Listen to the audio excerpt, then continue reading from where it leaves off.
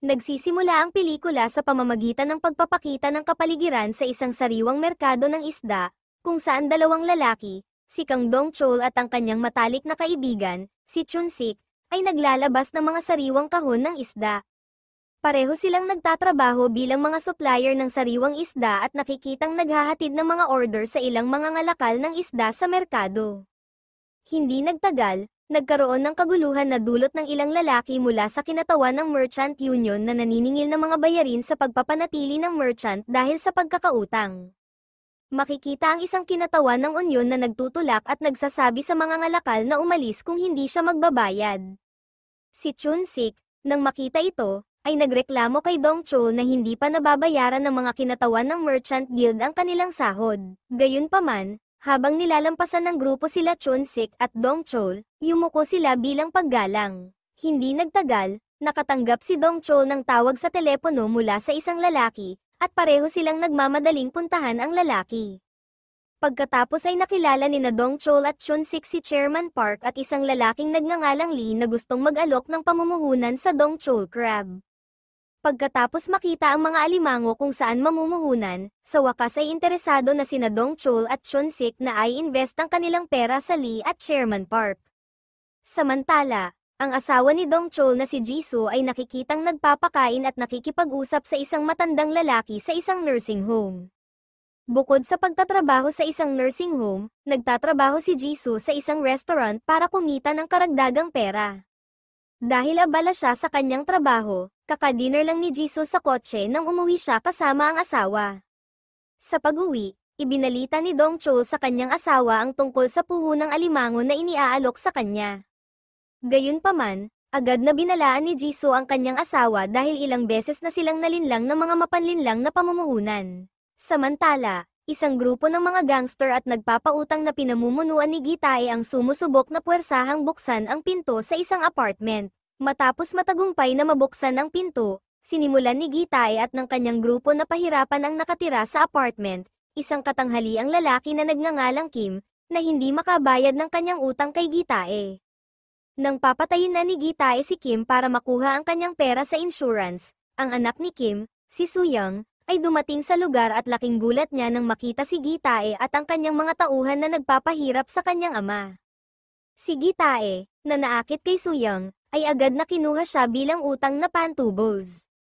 Pagkatapos nito, umalis si Gi-tae at ang kanyang mga tauhan at isinama si Soo-young. Habang nasa daan, aksidenteng nataman ng sasakyan ni Gi-tae ang kotse ni Dong-chol mula sa likuran. Bumaba si Dong-chol para tingnan ang kondisyon ng sasakyan. Si Gi-tae ay nasa likurang upuan, sinusubukang itago ang babaeng inagaw niya. Pagkatapos ay pumunta si Dong-chol sa kotse ni Gi-tae at inanyayahan ang driver, si Do-sik, na bumaba at magsampa ng ulat ng aksidente sa trapiko sa istasyon ng pulisya. Gayunpaman, tumanggi ang driver at sa halip ay binigyan siya ng business card, pagkatapos ay naghagis ng pera kay Dong-chol dahil sa hindi niya pinapansin ang kanyang peace appeal. Nang makita ang insidente, bumaba si Jisoo sa kotse at nagalit dahil hindi niya matanggap na ganoon ang pakikitungo sa kanyang asawa. Mula sa upuan ng pasahero, nabighani si Gi-tae sa kagandahan ni Jisoo, bumaba ng kotse, sinipa at binugbog ang driver, at sinabihan siyang humingi ng tawad kay Dong-chol. Pagkatapos nyun, umalis si Gi-tae mula roon. Kinabukasan, pumunta si Dong-chol sa opisina ng Merchant Union upang hingin ang kanyang hindi pa nababayarang sahod. Sa mabigat na puso, binibigyan siya ni Chairman Kang ng pera na hindi tumutugma sa ipinangakong sahod. Pagkatapos nito, pumunta si Dong-chol sa isang convenience store kasama si Chun-sik para sa tanghalian. Tila nagrereklamo si Chun-sik tungkol sa kanyang mga problema sa pananalapi at sa pamumuhunan ng alimango na naging hindi kumikita. Kasabay nito, si Dong-chol ay nakatanggap ng tawag sa telepono mula kay Chairman Park na nagpapalam sa kanya na ang barkong nagdadala ng alimango ay pinigil ng mga awtoridad ng China dahil ang barko ay dumaan sa teritoryo ng China ng ilegal. Nang marinig ang balita, lalong nahihilo sina Dong-chol at Chun-sik sa kanilang mga problema sa pananalapi. Sa opisina ng abogado, nakikipag-usap si Jisoo sa isang abogado para talakayin ang isyu ng pag-upa sa apartment na tinitirhan niya. Ibinibigay ng abogado ang kanyang pinakamahusay na payo kay Jisoo. Samantala, nang hindi nalalaman ni Jisoo, Sinusundan siya ng mga tauhan ni Gitae sa tapat ng kalye mula sa opisina ng abogado. Sa gabi, kapag nagkita sina Jisoo at Dongchul sa isang restaurant para sa hapunan, ibinabahagi niya ang mga resulta ng pag-uusap niya sa abogado. Binanggit ni Jisoo ang diborsyo, ngunit tumanggi si Dongchul na pag-usapan ito. Sinabi niya na gumawa siya ng isang king crab investment na ang halaga ay nagulat sa kanya at pagkatapos ay pinagalitan ang kanyang asawa. Nang umalis si Dongchul sa restaurant saglit upang maghanda ng sorpresang cake sa kaarawan para sa kanyang asawa, pauwi na si Jisoo sakay ng taxi. Pagdating sa apartment, nakonsensya si Jisoo at nag-text sa kanyang asawa na magmadaling umuwi. Matapos makuha ang mensahe ng kanyang asawa, si Dongchul, na nasa restaurant pa rin, ay tuwang-tuwa at nagmamadaling umuwi. Nang umulan ng malakas sa kalagitnaan ng biyahe, kinailangang huminto ang sasakyan ni Dongchul dahil naghihintay ito ng isang taong nagngangalang Lim Ji-wyu, na naglilipat ng ilang bagay sa ibang sasakyan. Si Lim Ji-wyu pala ang alipors ni Gitae na sadyang nagpapabagal sa paglalakbay ni Dongchul pauwi. Samantala, pinasok ng iba pang alipors ni Gitae ang apartment ni Jisoo at kinidnap siya. Pagdating sa apartment, nakita ni Dongchul ang kanyang silid na magulo at hindi niya mahanap ang kanyang asawa kahit saan, kaya lumabas siya para hanapin ang kanyang asawa. Kinabukasan, iniulat ni Dongchul ang insidente sa istasyon ng pulisya, kung saan ipinakita sa kanya ang CCTV footage ng gusali ng apartment. Nakapagtataka, bago mangyari ang insidente ng pagkidnap, may sadyang sinira ang mga CCTV camera sa paligid ng kanyang lugar. Habang papalabas sa istasyon ng pulisya, si Dongchul, kasama si Chun-sik, ay nakatanggap ng tawag mula kay Gitae na nagsasabing papatayin niya si Jisoo kung pupunta muli si Dongchul sa istasyon ng pulisya. Napansin ni Gitae na nag-iwan siya ng business card sa refrigerator ni Dongchul at hiniling niya kay Dongchul na pumunta upang makita siya. Matapos marinig ang lahat ng iyon, tumakbo si Dongchul sa kanyang apartment, na sinundan ni Chun-sik.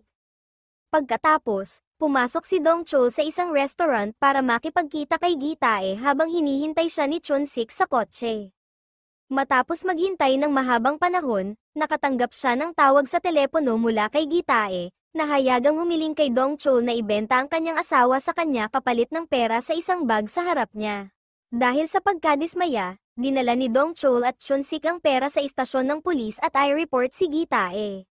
Matapos mag-imbestiga ang pulisya, ipinapalagay nila na ang nangyari kay Jisoo ay kaso ng human trafficking. Kinabukasan, bumalik sa istasyon ng pulisya ang hindi sumusukong Dongchul upang magtanong tungkol sa pag-usad ng kaso ng kanyang asawa. Gayunpaman, casual lamang na tumugon ang pulis dahil walang clue mula sa kaso na nangyari sa kanyang asawa. Sa istasyon ng pulisya, nakita ni Dongchul ang ilang poster na nakapost tungkol sa ilang nawawalang kababaihan na pinaghihinala ang biktima ng human trafficking. Napagtanto na napakabagal ng performance ng pulis, nagkusa si Dongchul na isagawa ang kanyang imbestigasyon at pumunta sa kinatawan ng tanggapan ng Merchant Union para hilingin ang natitirang hindi nababayarang sahod bilang mga pondo sa pagpapatakbo para sa pagsasagawa ng imbestigasyon. Sa opisina ng Merchants Union, si Dongchul ay pinaalis ni Chairman Kang, kaya isang galit na si Dongchul ang nakipag-away sa ilang miyembro ng guild. Matapos makita ang ilan sa kanyang mga tauhan na natalo laban kay Dongchul, sa wakas ay ibinigay sa kanya ni Chairman Kang ang natitirang sahod. Pagkatapos umalis sa tanggapan ng Merchants Union, nakilala ni na Dongchul at Chun-sik ang isang pribadong detective na nagngangalang Bear. Nang marinig ang paliwanag ni Chun-sik, sinabi ni Bear na ang kaso ng asawa ni Dongchul ay hindi isang kaso ng kidnapping kundi human trafficking. Sinabi niya na maraming tao ang pumunta sa kanya para pangasiwaan ang mga kaso ng human trafficking. Inis na hindi siya nakatanggap ng anumang tulong, naghanda si Dongchul na umalis sa lugar. Gayunpaman, kinumbinsi siya ni Chun-sik na dapat siyang kumuha ng Detective Bear dahil isa siya sa pinakamahusay na detective sa kanyang larangan. Pagkatapos bigyan siya ni Chun-sik ng pera, sinimulan ni Bear na gampanan ang kanyang mga tungkulin sa pamamagitan ng pagsuri sa footage ng CCTV camera upang matukoy ang pagkakakilanlan ng may-ari ng kotse, na pinaghihinalaang may dalang bag na may laman ng pera sa dating restaurant.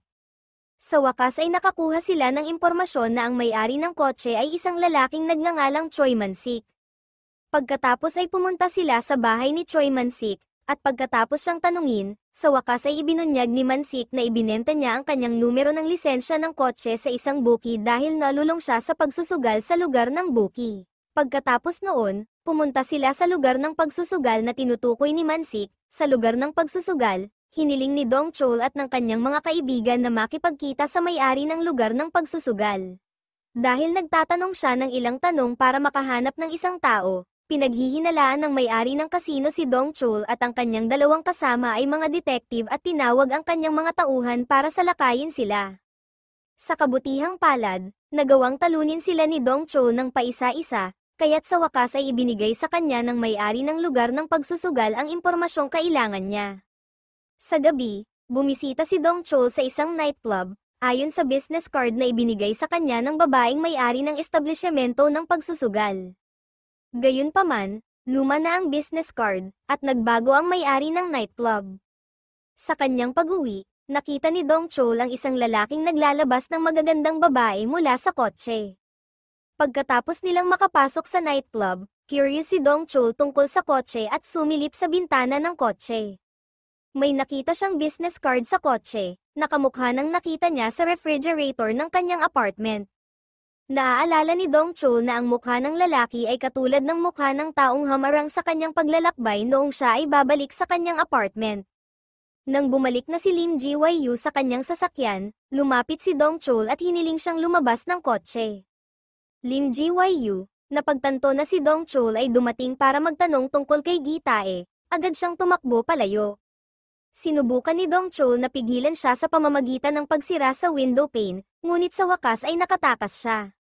Hindi nagtagal, nakatanggap si Dong Chol ng tawag mula sa istasyon ng pulisya na nagpapalam sa kanya na natagpuan nila ang bangkay ng isang babae na ang mga katangian ay katulad ng kay Jisoo.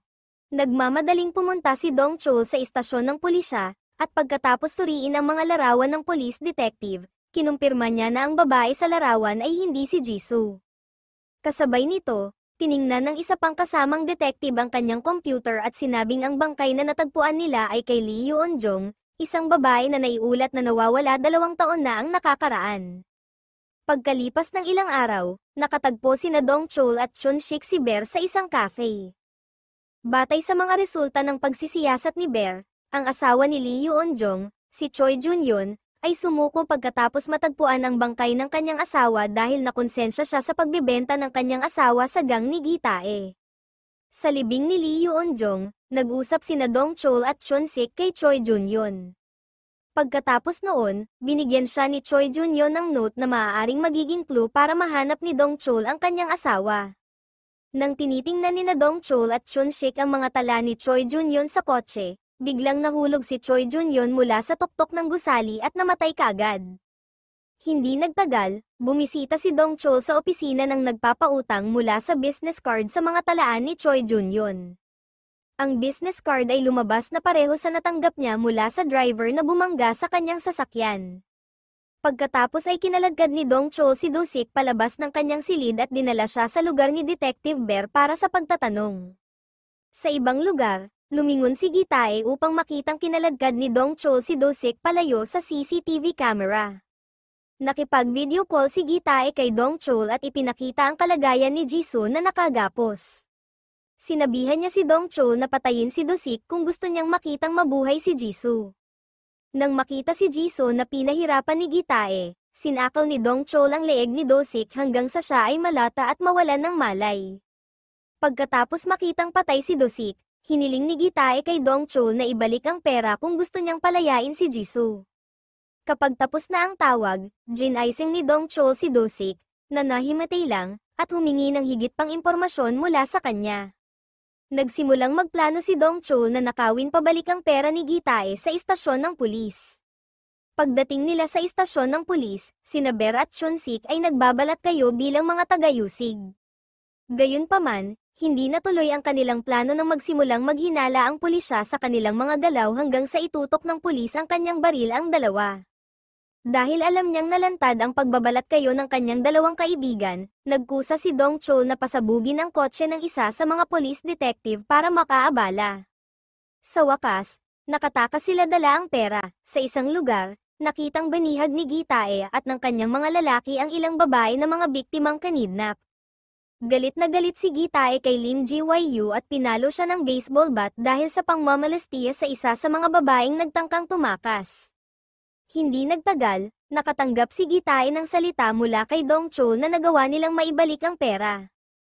Hindi nagtagal, nakatanggap si Gitae ng salita mula kay Dong Chol na nagawa nilang maibalik ang pera.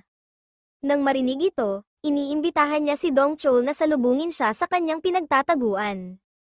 Pagkatapos ibaba ang tawag, hiniling ni Gitae sa kanyang mga tauhan na patayin si Dong Chol pagkatapos maibalik ang kanyang pera.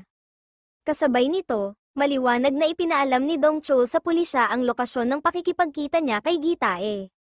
Nang makita ang tiwangwang na estado ng gusali, sinubukan ni Jisoo at ng kanyang kaibigan na tumakas sa bintana.